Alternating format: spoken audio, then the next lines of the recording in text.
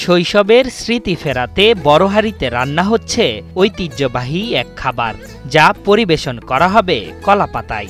আর এই খাবার খেতে খোলা আকাশের নিচে হাজির হয়েছেন প্রায় 2 শতাধিক মানুষ।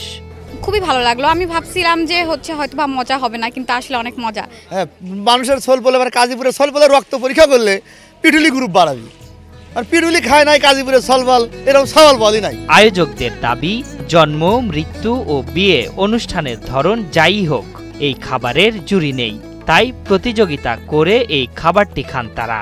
চাইছিলাম যে ভাইয়ের সঙ্গে পাল্লা দেবো, কিন্তু নিছিলামও বেশি, আবার নিছিলাম, কিন্তু ভাইয়ের সঙ্গে আমি পারি নাই। ভাই 3 বার খাইতে, আমি 2 বার খেয়েছি। ঐতিহ্যবাহী এই খাবারের নাম পিটুলি। খাবারটি উত্তরের জেলা সিরাজগঞ্জের ঐতিহ্য।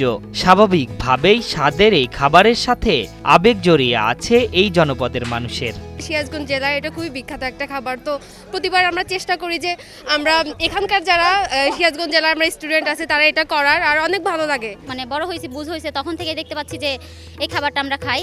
পিটুলি তৈরির অন্যতম উপকরণ গরুর গোশত। এর সাথে মেশানো হয় চালের আটা।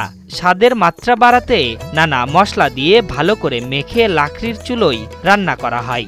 আপনি কিছু মশলা ওই ভাজা গুঁড়া করিয়া এক্সট্রাভাবে থমু, আবার কিছু কাঁচা গুঁড়া করবো করিয়া মনে হয় যে কিছু আবার ওই মাংসের মধ্যে দেবো, পরিমাণ বুঝে দিয়া মনে হয় যে ওটা এবার 2 হাতে মাইহা তারপরে রান্না তুলে।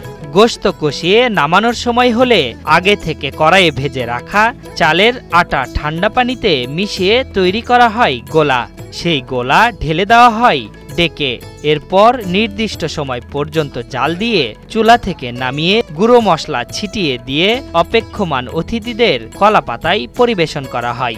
মাংস, গরুর মাংস অথবা খাসির মাংস দিয়ে আতপ চালের যে আটা সেটা দিয়ে রান্না করা হয়।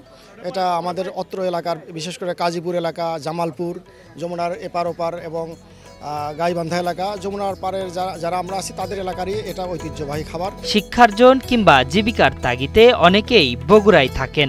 তাদের একত্রিত করতেই এমন আয়োজনের উদ্যোগ নেয় বগুড়াস্থ সিরাজগঞ্জ জেলা ছাত্র কল্যাণ সংস্থা।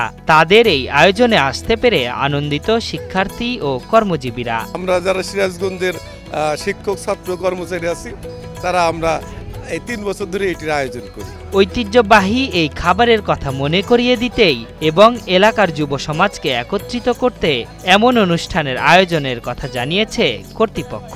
মূলত বলতে গেলে আমরা যারা সিরাজগঞ্জের বগুড়াতে অবস্থান করতেছি, যারা শিক্ষার্থী আছি, সবাই মিলে একত্রে হওয়ার জন্য, আর আমাদের যে পিটুলিটা, সেটা হচ্ছে আমাদের ঐতিহ্য ধারা, 1000 বছর ধরে আমাদের এটা হয়ে আসছে।